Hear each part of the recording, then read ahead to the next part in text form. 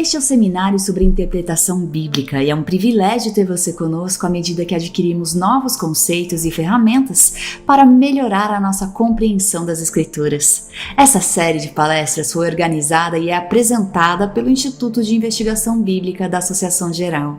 Unindo-se agora a nós está o Dr. Frank Hazel, diretor associado do BRI, que também vai nos falar sobre o próximo tema.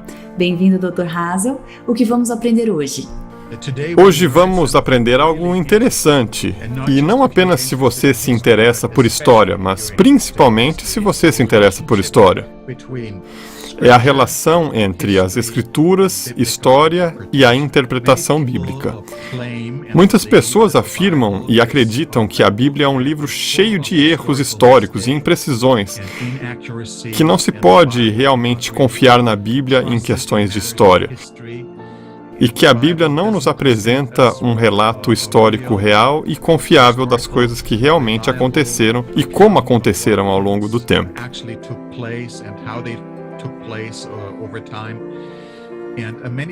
Muitas pessoas desafiaram isso e reduziram a Bíblia porque acreditam que ela é apenas um documento de fé, que nos ensina sobre teologia, mas não tem nada a ver com a realidade histórica. Os críticos da Bíblia geralmente começam sua crítica com detalhes históricos e prosseguem a partir daí. Assim, é possível perceber que isso é tão importante para a nossa compreensão da Bíblia e da hermenêutica bíblica. E quem nos apresentará esse tema?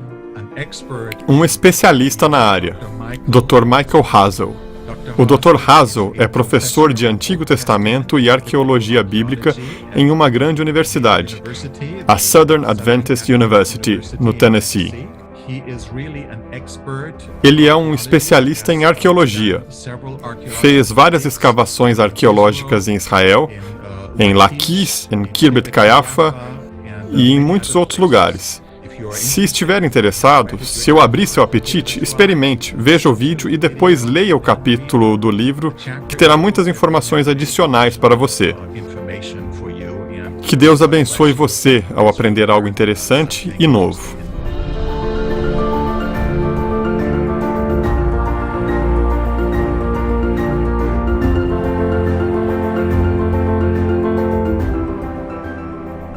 Estamos de volta com o seminário sobre interpretação bíblica e o Dr. Michael Hazel se une agora a nós para apresentar os elementos da hermenêutica bíblica e mostrar como podemos ver a harmonia entre esses elementos e as reivindicações das Escrituras. Dr. Hazel, obrigada por estar conosco. Então, por que a história é tão importante para alguém que acredita na Bíblia?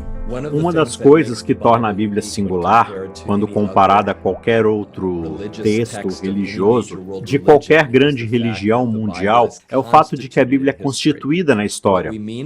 O que isso significa é que a Bíblia, desde a sua origem, mostra um Deus e apresenta um Deus que está ativamente envolvido na história, ativamente envolvido também na nossa história. O primeiro versículo da Bíblia, no princípio, Deus criou os céus e a terra, indica claramente que Deus está envolvido de maneira ativa desde o início e que Ele continua a moldar e trabalhar por intermédio da humanidade para alcançar os seus propósitos. Por isso, após a queda, Ele procura Adão e Eva no jardim. Ele se envolve pessoalmente na apresentação de um plano de salvação. Ele trabalha ao longo da história enviando profetas, providenciando esse plano de salvação e assegurando que esse plano de salvação aconteça segundo o seu tempo. É muito interessante que, nessa interação com a história, Deus também está envolvido em nossa vida pessoal. Então, quando falamos sobre história, não é algo abstrato. Todos vivemos nossa vida nela e por meio dela, porque vivemos no tempo e no espaço. E à medida que avançamos no tempo e no espaço, nossa vida é inconcebível sem história. Todos os dias, em todos os momentos, estamos criando história. Portanto, nossa existência está assim ligada a esse conceito. A ideia de um Deus pessoal que trabalha na história é única da fé judaico-cristã e da fé bíblica. São apenas nas religiões monoteístas do mundo, fundamentadas na Bíblia, que encontramos esse conceito de que a história é importante e de que a história é significativa. Então, ao olharmos para as Escrituras e ao olharmos para os elementos das Escrituras, vemos que, desde o início até o fim do último livro da Bíblia, até o último capítulo do livro de Apocalipse, Deus promete ao seu povo que estará envolvido na vida deles. Portanto, isso é um contraste gritante com as visões de mundo modernista e pós-modernista em muitas maneiras, porque o modernismo, em seu surgimento, surge embasado em pressupostos diferentes, em princípios diferentes, em suposições diferentes, poderíamos dizer. Essas suposições realmente negavam a visão bíblica de que Deus está ativo na história, ou até de que Deus está trabalhando em nossa vida. O primeiro princípio do modernismo, do que é chamado de método histórico crítico, é o princípio da correlação. É embasado no naturalismo filosófico, que simplesmente é uma espécie de olhar de causa e efeito para o mundo ao nosso redor e para as leis naturais. Não vai além das leis naturais para perguntar como essas leis naturais surgiram, mas apenas se concentra nas leis naturais. Assim, a maioria dos cientistas e a maioria dos filósofos e pensadores, que são filósofos naturalistas, dizem que é impossível haver uma intervenção divina na história. Isso simplesmente não acontece. Estamos apenas vivendo em um ciclo de causa e efeito, um contínuo fechado, se assim preferir, que não pode ser penetrado pelo sobrenatural que está fora. Então, esse é o primeiro pressuposto. O segundo pressuposto fala do princípio da analogia, que, basicamente, diz que você tem um evento atual que está vendo hoje e você interpreta o passado com base no que vê hoje. Portanto, eventos que aconteceram apenas uma vez são muito difíceis de contabilizar. Temos eventos únicos na Bíblia, como a criação, temos eventos únicos na Bíblia, como as pragas que aconteceram no Egito, temos eventos únicos na Bíblia, como o dilúvio mundial. Bem, não vemos esse tipo de coisa acontecendo hoje, sendo provido diretamente por Deus. Então, a ideia de que essas coisas aconteceram no passado também é relegada pelo pensador modernista a algo que é relegado ao passado. E isso exclui muitas coisas. Não permite eventos únicos na história de muitas maneiras. Portanto, o passado é interpretado com base no presente e com base nessa continuidade, nessa homogeneidade, nessa mesmice de tudo. E realmente não permite, novamente, que Deus faça algo novo e que Deus faça algo diferente. O último princípio, provavelmente o princípio mais crucial em tudo isso, é o princípio da dúvida, ou crítica metodológica. Ele olha para a Bíblia pelas lentes do ceticismo. Ele olha para a Bíblia com o pressuposto de que a Bíblia, baseando-se nos dois primeiros princípios, não é um documento histórico e que a única maneira de considerá-la histórica é, de alguma forma, encontrar validação para essa historicidade ou para aquele evento fora da Bíblia. Portanto, a Bíblia é culpada até que se prove inocente. Onde eu moro, na minha parte do mundo, o sistema judicial funciona de uma forma muito diferente. Na minha parte do mundo, o sistema judicial funciona de forma que uma pessoa é inocente até que seja provada sua culpa nos tribunais. Portanto, temos uma visão muito diferente da Bíblia quando adotamos essa abordagem. Basicamente, estamos dizendo que, a menos que o encontremos no mundo ao nosso redor, por meio da ciência, da arqueologia ou de alguma outra forma, aquele evento não aconteceu. Assim, a Bíblia realmente é colocada em uma categoria em que muitas outras obras literárias não são colocadas. Eu diria que muitas outras obras antigas da literatura não foram colocadas. Eles fazem uso desses princípios para a Bíblia quando, de fato, não os usam em outros lugares. Deixe-me lhe dar um exemplo. Os antigos egípcios tinham textos, tinham anais, tinham registros históricos, porém, nós não abordamos esses registros com a mesma dúvida metodológica que é usada com a Bíblia, apesar de eles também terem uma cosmovisão teísta, uma cosmovisão politeísta. Não questionamos se Tutmés III tentou invadir Canaã 17 vezes. Consideramos o que ele escreveu como história. Portanto, às vezes temos um padrão duplo quando se trata da Bíblia, o que é muito interessante. Mas, ao mesmo tempo, a Bíblia é baseada em pressuposições diferentes das que acabamos de descrever. Portanto, o modernismo realmente coloca novas pressuposições na Bíblia que realmente não existem na própria Bíblia. Estamos sobrepondo isso às Escrituras. Chamamos isso de exegese. Nós os sobrepomos às Escrituras e negamos o que as Escrituras de fato nos fornecem como evidência da obra e intervenção de Deus na história. Deixe-me resumir o que quero dizer com isso. Com base no princípio da correlação, se Deus não intervém na história, então não há milagres, pois Deus não pode realizar esses milagres. Deus não liberta os filhos de Israel do Egito. Isso foi um evento natural. Não vemos países e civilizações estabelecidas dessa forma hoje e, portanto, é muito improvável, com base no princípio da analogia, que isso tenha acontecido dessa forma no passado.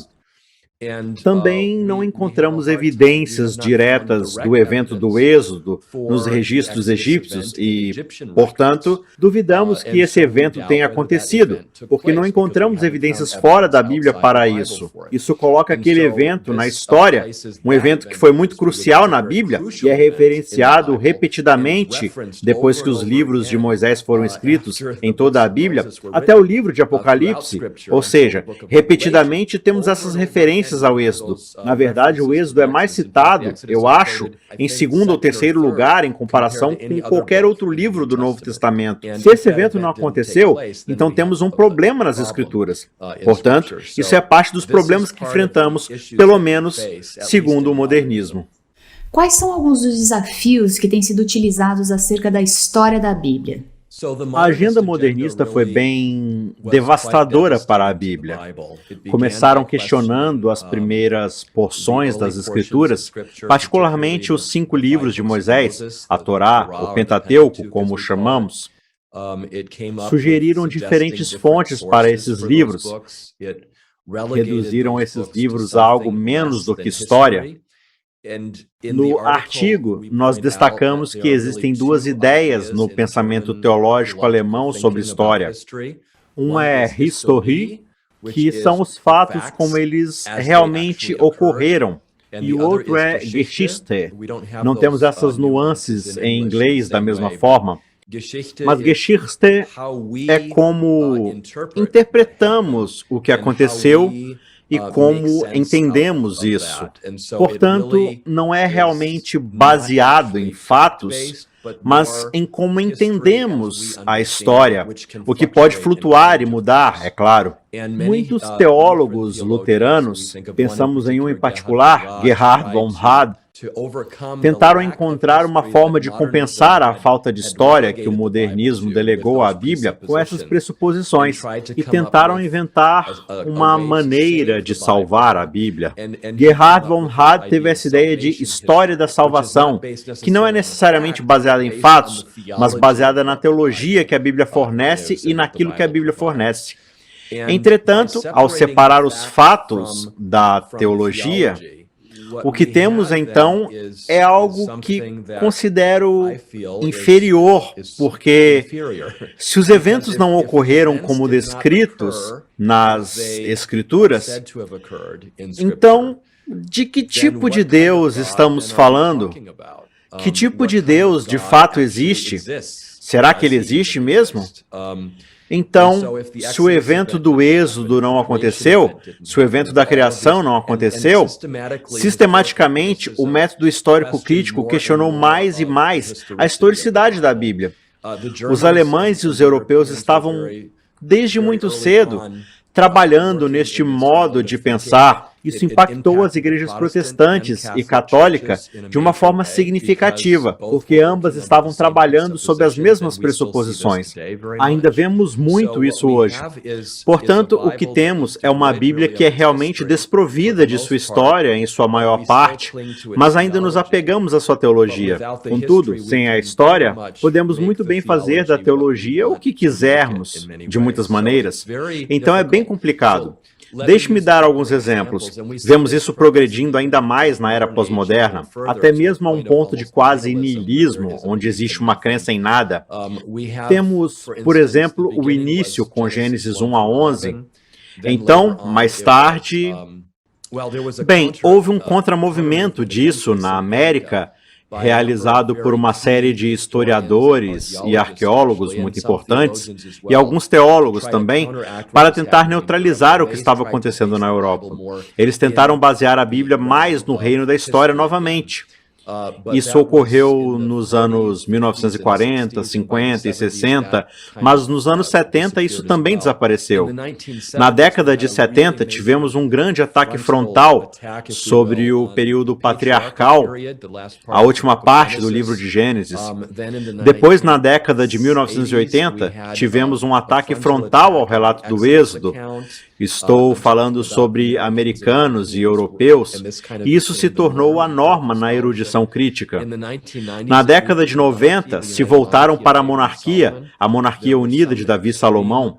Houve alguns estudiosos hipercríticos extremistas na Europa que basicamente disseram que Davi era, na verdade, uma figura mítica, que Salomão era uma figura mítica, pois não tínhamos encontrado seus nomes fora da Bíblia.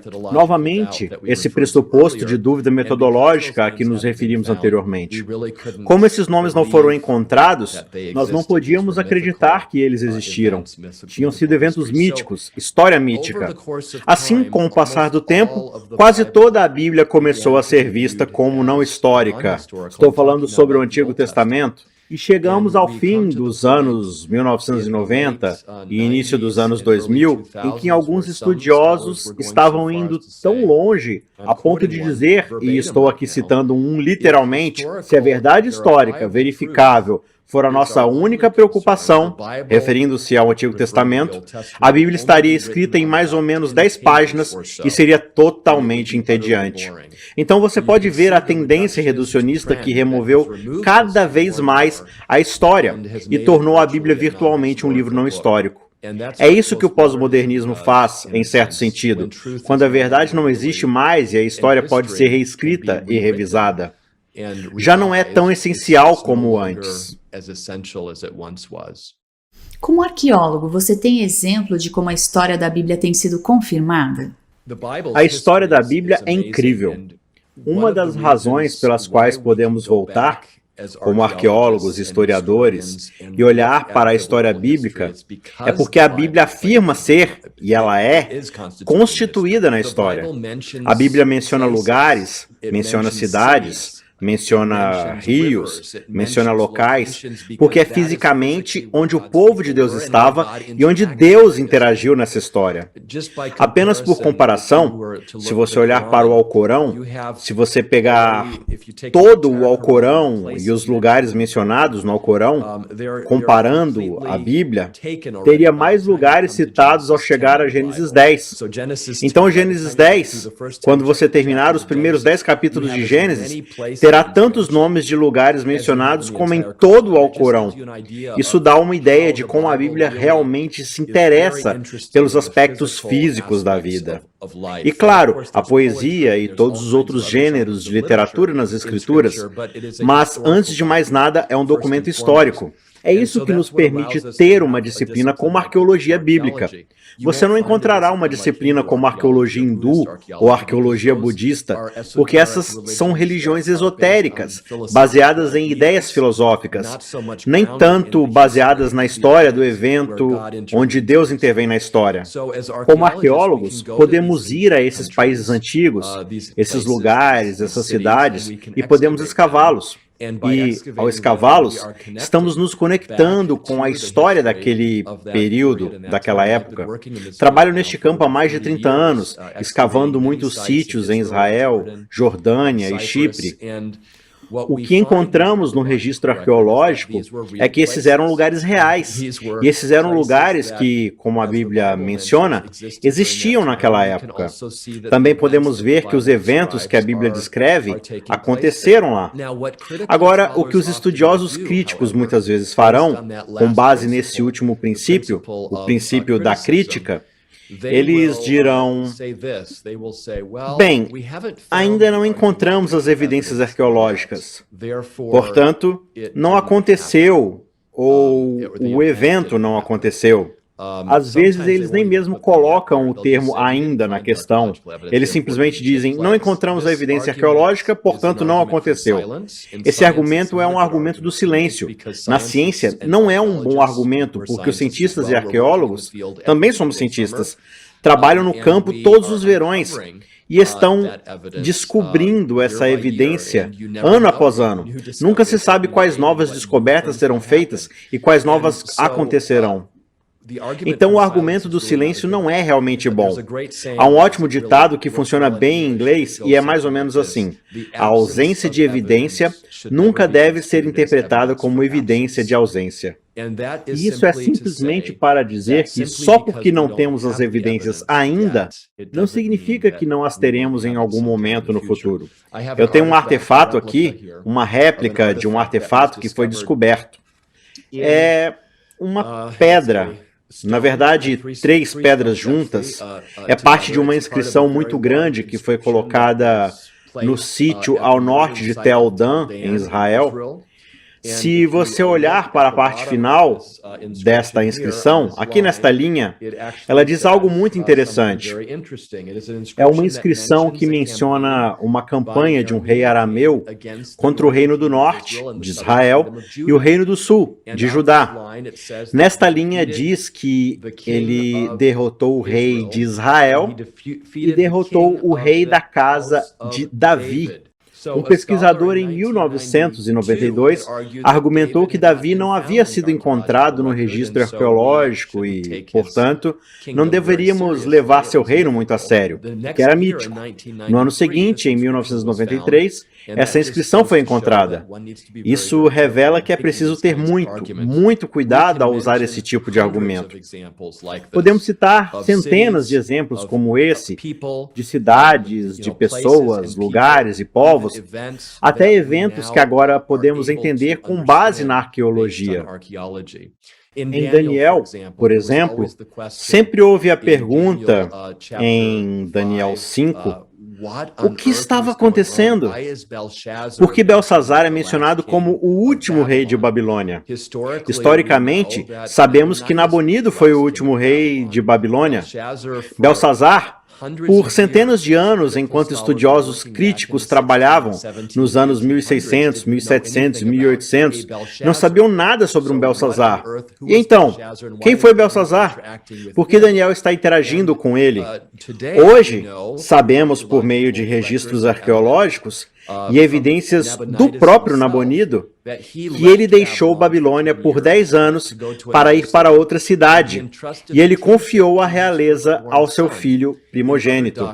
Em outros documentos, ele esclarece que esse filho primogênito não é outro senão Belsazar.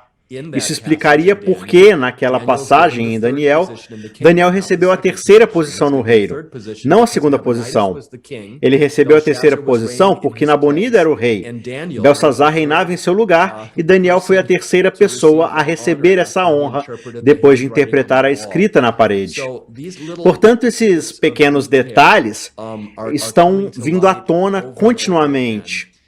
Em 2007, um estudioso vienense da Universidade de Viena estava trabalhando no Museu Britânico, nos porões, descobrindo e lendo milhares de tábuas.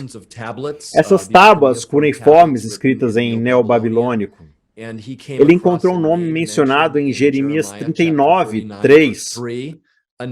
Um nome mencionado de passagem com a lista de oficiais que estavam lá durante o tempo de Nabucodonosor, um certo indivíduo que era conhecido como Nebuchadnezzar. Ele viu esse nome na tábua que datava do ano 10 de Nabucodonosor e ficou muito animado porque, pela primeira vez, tínhamos esse nome fora da Bíblia. Em 2018, foi feito um anúncio de uma impressão de um selo pequeno e minúsculo, menor do que uma unha, que foi descoberto em Jerusalém e que tinha o nome Isaías, o profeta, ou Isaías profeta. Pela primeira vez, temos a impressão do selo, acredita o escavador, de ninguém mais, ninguém menos que o profeta Isaías, que escreveu o maior livro profético do Antigo Testamento. Então, essas coisas, podemos continuar falando sobre essas descobertas que foram feitas na arqueologia, mas elas testificam que temos um livro que é preciso, que temos um livro que retrata a história que está lá. Embora possamos não ter tudo o que encontramos na Bíblia presente no registro arqueológico, temos mais do que provavelmente qualquer outro livro antigo que existe no mundo hoje. Portanto, certamente temos boas evidências para comprovar. Qual a ligação entre a história e a teologia? História e teologia devem estar ligadas, porque se o Deus da Bíblia atua na história, ele precisa ser entendido como um ser histórico, um ser que se limitou de alguma forma à história. Ele criou a história no início, ele criou o tempo no início, ele é um indivíduo atemporal, mas criou o tempo no início. A divindade tem trabalhado nesse tempo ao longo da história. O maior ato da intervenção de Deus na história foi enviar seu Filho, Jesus Cristo. Como dissemos, essas pressuposições negariam até mesmo esse evento na história. Muitos teólogos hoje argumentariam que Jesus era apenas um bom homem. Ele era apenas um líder moral. Sua morte na cruz é importante, mas se você remover todos os outros elementos da história, deixe de ter a importância para a maioria dos cristãos no mundo hoje. Portanto, a história realmente importa. É muito importante. Deixe-me dar alguns exemplos. Se o êxodo não aconteceu, porque em toda a Bíblia, repetidamente, temos a frase sendo usada por Deus: "Eu sou o Senhor que te tirou do Egito." Vez após outra. Estamos falando de dezenas de vezes que essa frase ocorre nas Escrituras. Como entenderíamos isso se o evento não tivesse ocorrido? Paulo também destaca esse ponto muito importante da conexão entre história e teologia. Ele diz em 1 Coríntios 15:13, se não há ressurreição dos mortos, nem Cristo ressuscitou. E se Cristo não ressuscitou, é inútil a nossa pregação, como também é inútil a fé que vocês têm. Mais que isso, seremos considerados falsas testemunhas de Deus, pois contra ele testemunhamos que ressuscitou a Cristo dentre os mortos. Mas se de fato os mortos não ressuscitam, ele também não ressuscitou o Cristo. Pois se os mortos não ressuscitam, nem mesmo Cristo ressuscitou. E se Cristo não ressuscitou, inútil é a fé que vocês têm e ainda estão em seus pecados. Paulo aqui está argumentando muito concisamente, mas de forma muito incisiva, sobre o fato de que se a ressurreição corporal de Jesus Cristo não aconteceu, e esse é um evento milagroso, certo? Se isso não aconteceu, toda a fé cristã basicamente é inútil. Nossa pregação não tem valor, e podemos muito bem ainda estar em nossos pecados, pois não temos esperança. Portanto, neste sentido, Paulo está argumentando que a história, o que ocorreu historicamente quando Jesus morreu na cruz, quando ele descansou no sábado e quando ele ressuscitou, é absolutamente fundamental para a nossa fé. Dr. Hazel, muito obrigada por ampliar nossa compreensão sobre a importância da história na interpretação do texto bíblico. E muito obrigada a você também por sua participação. Até a próxima vez.